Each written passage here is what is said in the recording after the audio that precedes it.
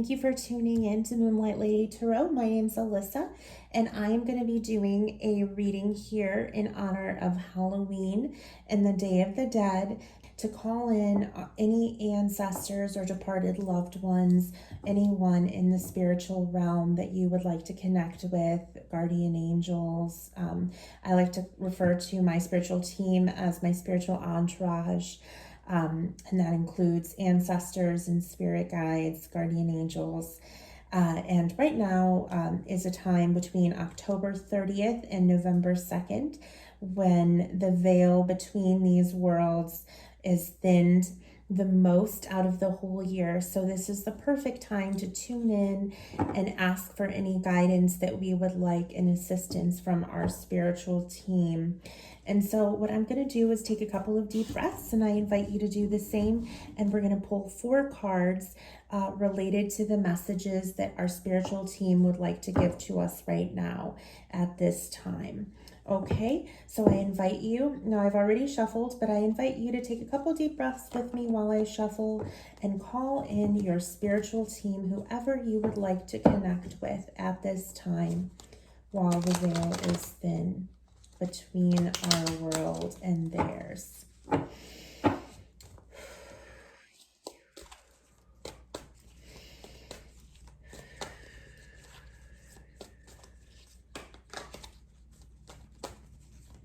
Messages for Libra, Sun, Moon, and Rising.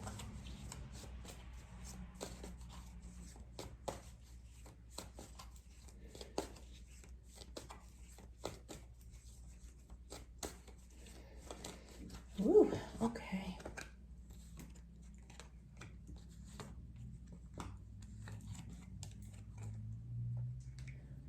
All right. Okay, so for our first card, this is our message from our guides, our angels, our ancestors, and beloved loved ones who have passed on. Okay, so we have the 7 of Wands for that. And then our second card is how our guides are assisting us at this time. Okay, and then we have the Sun for that. And then for our third placement, we have how we could deepen our connection with our spiritual team. We have the Page of Swords. And then for our final card, we have the 4 of Swords, which is focusing on something that we should pay attention to at this time. Okay, so our message from our guardian angels, spirit guides, whoever we've called in to bring in a message for us, has given the 7 of Wands. Okay, so this is a card of action, and as you notice, there is this wand that is being kind of like, in a way, being lit here. All right, so there's some kind of action that our spiritual team is focused on assisting us with at this time, and we'll definitely clarify it so we can get more information on that. And then how they're assisting us, we have the Sun, which is a major arcana card, so they're assisting us in a big way. The Sun powers all life on earth. Okay, this is no small thing that your spiritual team is bringing you the Sun right now to help you light this torch. Okay, so they are firing you up in all of the good ways, right? So this is amazing. This is powerful. This is a message that they are here for you and they are supporting you and whatever it is that you're working through at this time in your life. And then for how you could connect deeper, we have the Page of Swords.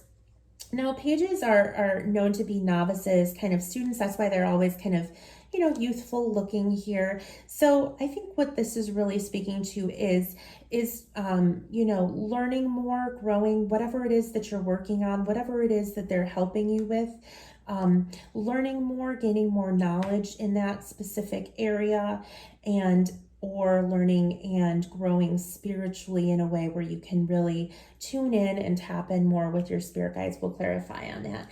And then for what you're being invited to pay attention to, we have the Page of Swords. So maybe taking a rest, all right?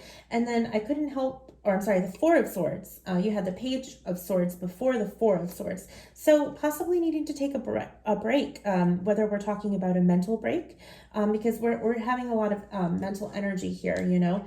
So maybe you're overdoing it in some areas. Okay, so whether that is work or your personal life, needing to take a rest and needing to know when it's time to take a rest is what you could pay better attention to, according to your spirit guides. Okay, and then let me go ahead and clarify some of this here. Actually, I'm going to do this. Okay, let's get some clarity for Libra on our messages here. Okay. Clarity for Libra. Tapping in spiritual team.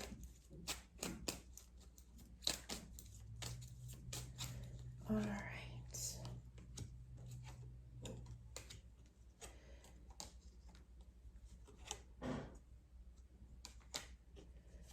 All right. Okay, these are great clarifiers here.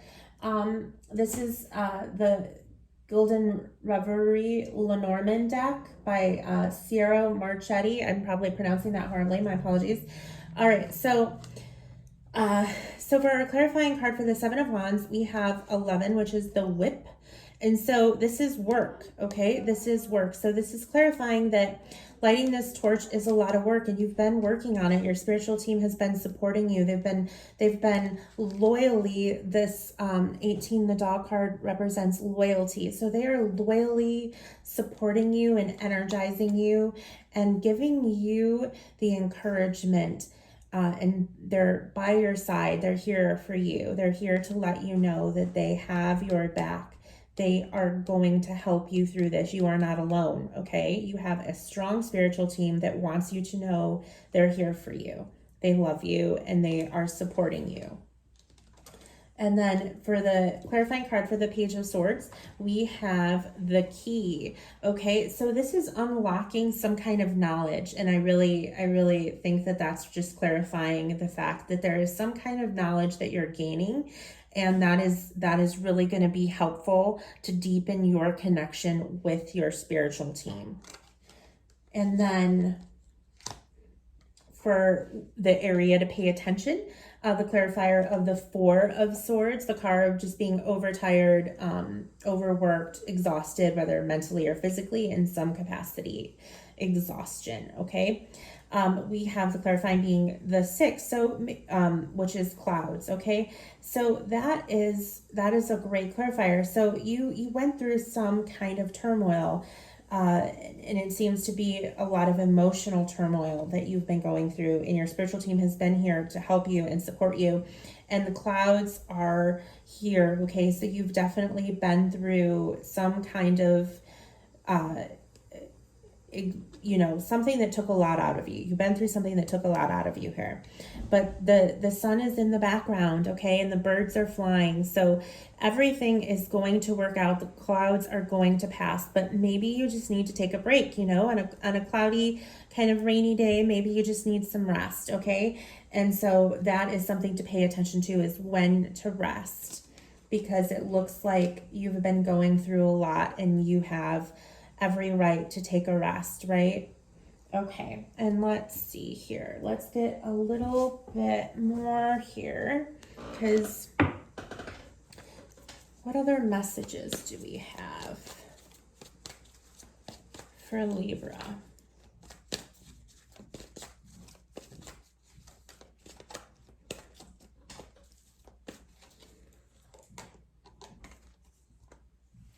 Sacral chakra, solar plexus, moving on. Okay.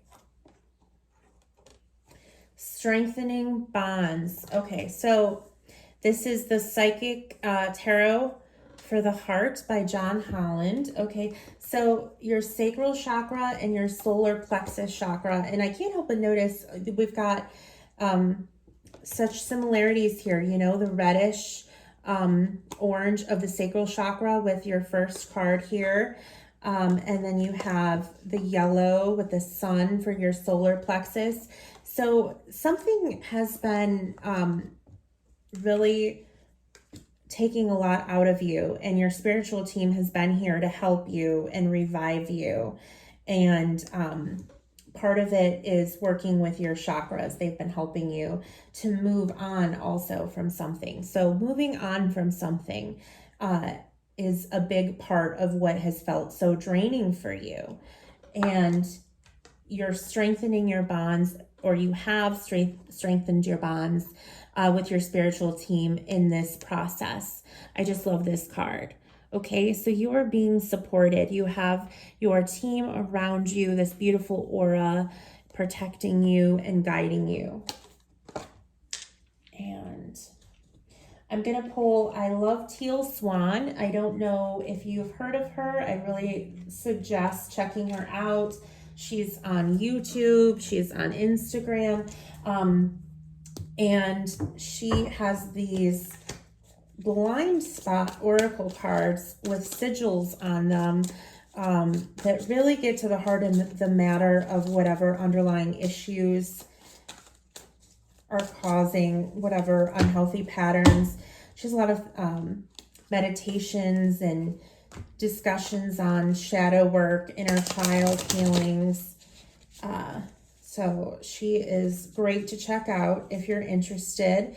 And I'm just going to pull a sigil here for any issues that your spiritual team feel will be beneficial for you at this time.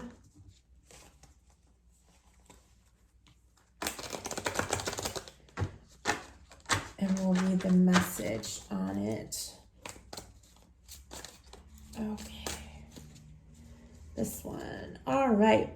We have 38. Okay, so this is the sigil, and I'm going to read the message. It will be long, so bear with me there. Okay.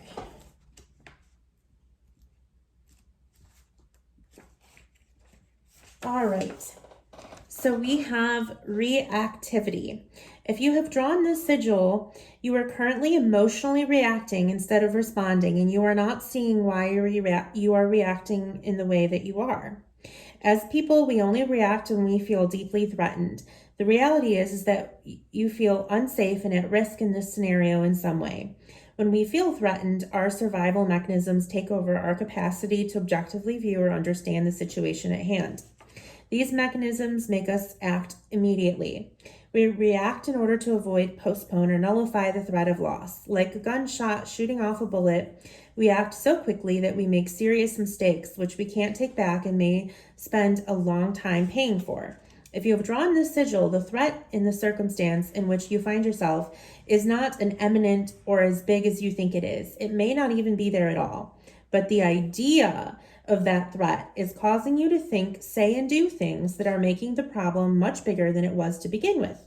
And the more reactive you get, the more, this page doesn't want to turn, the more potential for a solution will diminish. Anytime we are reactive, we are on the defense. This means we have a real vulnerability we are hiding and guarding. What is that vulnerability? What are you really afraid of? What is really painful in this scenario? In this scenario, it is critical to stop, slow things down, and do nothing until you are no longer in an emotional charged state of being.